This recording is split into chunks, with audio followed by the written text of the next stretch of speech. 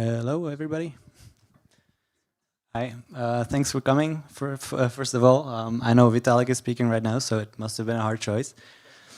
My name is Luca. I'm in charge of validators at Serenita, and I want to talk to you today about one issue that we face as validators on Ethereum, which is what to do when clients happen to disagree on what's happening on Ethereum. So just a quick agenda. We're going to talk about the situation when it happens. Then we're going to talk about what's actually at stake when it happens. And in the end, we're going to take a look at different approaches at what validators can do when this happens. So let's start with the basics. We're going to take a look at a blockchain. A blockchain is a chain of blocks, right? One following the other. And this is kind of the happy days scenario where we see like one block built on top of the other and everything is like great. But unfortunately, there are situations when something like this happens. And in this kind of situation, we have two different forks of a blockchain where in this instance, we see that after the second block, block 3A appears. And this block 3A is deemed valid by some clients, but invalid by other Ethereum clients. So when that happens, they both move into separate branches and they basically diverge and they start following different versions of the chain. So that's the theory of it. One important question that we need to answer is, does this actually happen in practice? And it turns out it does. It's not like an everyday occurrence, but it does happen from time to time. This is an overview of this kind of bug. They're called consensus bugs. And this is an overview of those consensus bugs in Ethereum's proof-of-stake era. So you see, we had one in 2020, then it was quiet for a while, and then we had a bunch in 2024 and also a bunch last year. One of those is quite infamous. It's called the Holeshki incident. It happened about a year ago. It happened on a testnet, and it had quite devastating consequences, which led to the complete deprecation of the testnet. So yeah, it does happen in practice. Why is that a big deal, right? It's a big deal because, like I mentioned, Ethereum is in a proof-of-stake era now, which means that there are validators who have something at stake. And they stand to lose that stake when they take some kind of invalid action or when they vote incorrectly. So in this kind of forking scenario, when validators end up voting for the wrong chain, they stand to lose part of the ETH they staked. If about 20% of the validator set does something like this, it's not a big deal at all. You can see the losses are pretty negligible. Nothing really bad occurs if only 20% of the validator set votes for the wrong chain. But this all changes when we increase the numbers and we see that like 40% of the validator set votes for the wrong chain. In that case, those validators that vote for the wrong chain stand to lose 22% of all of their ETH staked, which is a decent chunk. And we only need one client to have this kind of bug for this situation to happen. So yeah, that's 40%, already quite dangerous. But what's even worse, if an even more significant part of the network votes incorrectly, votes for the incorrect chain. In that case, like for this example with 70% of the network voting incorrectly, most of those validators will end up losing almost all of their stake. So yeah, this is kind of what happened on the Holeshki testnet last year. So now that this is clear that there is actually something at stake and validators have something to lose, let's move into the next part of the presentation and let's take a look at what picking a side, what picking basically one of those chains looks like in practice. This is like the most simple kind of setup that Ethereum validators use, where they use their validator client, and the validator client is connected to one consensus layer client, which is then connected to an execution layer client. So this is basically the most simple setup you can get if you want to be a validator. And when it comes to picking a side, what this kind of setup means in practice is that you pick a side before a consensus bug occurs. So you kind of pick your client pair, you pick your clients, and then it's, to a degree, a matter of luck which fork of the chain your chosen client pair ends up going with. So this is basically only safe for your validators if you happen to end up on the correct chain, right? Otherwise, you're still not in a good position. If you are a home staker, it may just be like, this may be the most affordable option, right? Running a single client pair. So if you are in this situation, the best thing you can do here is to run minority clients. So both on the CL side and on the EL side. There are a lot of people that are using a little bit of more advanced setup where they use multiple client pairs.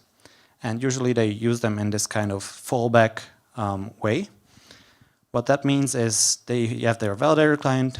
It is connected again to a primary client pair, which in this case is Lodestar and Red. And if for any reason that primary client pair goes offline, their validator automatically switches to the fallback client pair. So this protects your validators from going offline in case the primary client pair has an issue. So this is a really good way to protect validators from going offline and making sure your uptime is high. But when we get to the issue we're discussing here, the different forks of the chain, what happens here in practice is your validator basically by default is going to follow whatever your primary client pair is going to follow. But that's not all.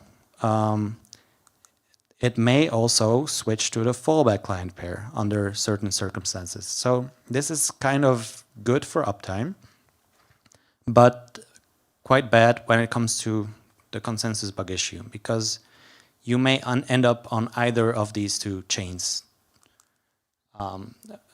The way the validator determines which of those client pairs to follow, this is from one of the validator client's documentation.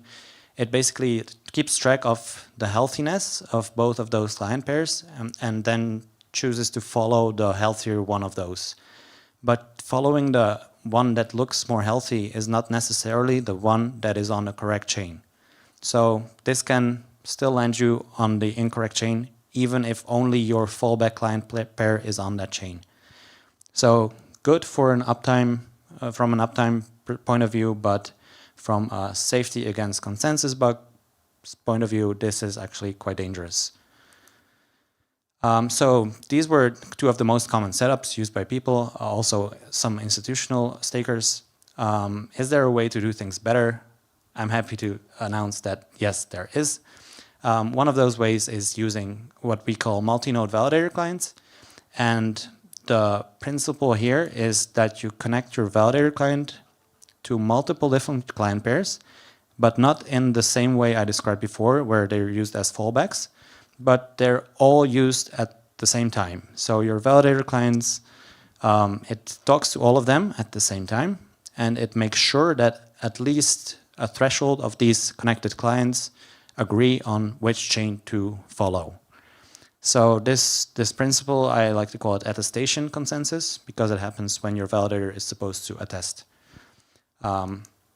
So this kind of setup is actually safe, even in the face of consensus bugs, as long as a threshold number of your clients follows the correct chain. This is probably still achievable for even home stakers to run 3 client pairs, but especially for the larger players, I would recommend going even one step further, because Ethereum has multiple different clients. So I'd say go even further and run 5 different clients, and then have like 3 of them agree on which chain to vote for. Yeah, so this is basically the safest way you can run validators when it comes to protecting them from the dangerous consequences of consensus bugs. Both Vero and Vouch are multi-node validator clients. Both of them support this kind of behavior. Apart from Vero and Vouch, there's also DVT. Last year when I presented Vero for the first time here, DVT didn't support this behavior, this safety behavior, but thankfully nowadays it does. So if you want to protect your validators, go with Vero, Vouch, or one of the DVT solutions. You do need to configure them correctly. So for example, for OBOL, you need to opt in to this safety behavior. For Vouch, you also need to set a correct attestation data strategy. There's some trade-offs all of these clients make. If you're already using Vouch or DVT, just make sure that you configure it correctly to protect your validators against these consensus bugs. And if you don't happen to be running either of them, then I think Vero is actually the easiest one to get started with. I'm gonna leave you with a couple of recommendations here, split up into recommendations for home stakers. So the first thing for home stakers is if you're using a single client pair, use a minority client pair. If you're using two client pairs, so you have two nodes at home or at a friend's house, it's safer to use a multi-node validator client in the way that is shown on the right here. So you require both of those nodes to agree on the chain before you vote. That is safer than having a fallback client pair. And no matter what you do, always go with the most minority client pairs you can.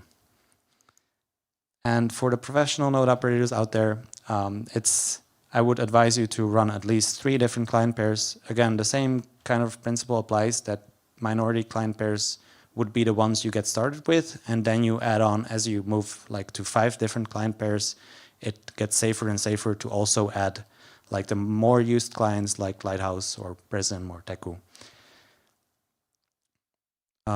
Yeah, the consensus threshold is configurable in both Vero and Vouch. So that's something you can play with. It depends on your risk tolerance. So say you're running 5 different client pairs, you may choose to be okay with following a chain that's agreed upon by 2 client pairs, but you also may want to play it super safe and require 4 or even 5 out of 5 of those client pairs to agree among each other before you vote for a fork. That way you can like be extra safe or a little bit more okay with a little bit of risk. Yeah, and the last point is increasing your attestation consensus threshold around network upgrades, which is historically the most risky period when these consensus bugs are a little bit more likely to happen. So you might run like a 3 out of 5 threshold normally, but around network upgrades, you might want to like bump that to 4 or 5. Yeah, the only reason why you wouldn't always run with a super high threshold is at some point it's gonna affect the performance. So there's kind of a trade-off. The more safe you are, the more impact it's gonna have on performance. So that's why it's like a trade-off you're gonna have to make for yourself. Yeah, I should have one more slide here. Not sure if it's gonna appear, but anyway, it's just some links to documentation. So it's time for me to take your questions. Thank you.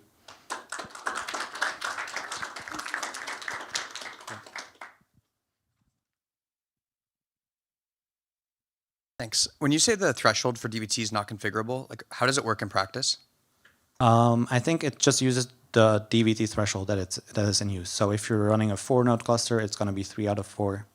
So you'd use Vero for this like within the actual subnodes of a DVT cluster? No, you'd actually still use the normal DVT software you use, so Karen or SSV. And as long as you configure those correctly, they're going to also take this attestation consensus into account. So you don't use Vero with DVT, you use one or the other. Given how bad the impact of a client bug might be, and existence of Vero and Vouch, where you can basically safeguard yourself from it, why not to make it a mandatory thing to use Vero or Vouch? Well, how would you enforce that? By consensus layer rules. So, for example, enshrine the fact that you should have like 2 different signatures. I don't know, something like that. I don't think you can do that. That's the same reason you can't reliably measure client usage. There's no way to really, like, on the protocol level, prove that you're using a client. Okay, gotcha.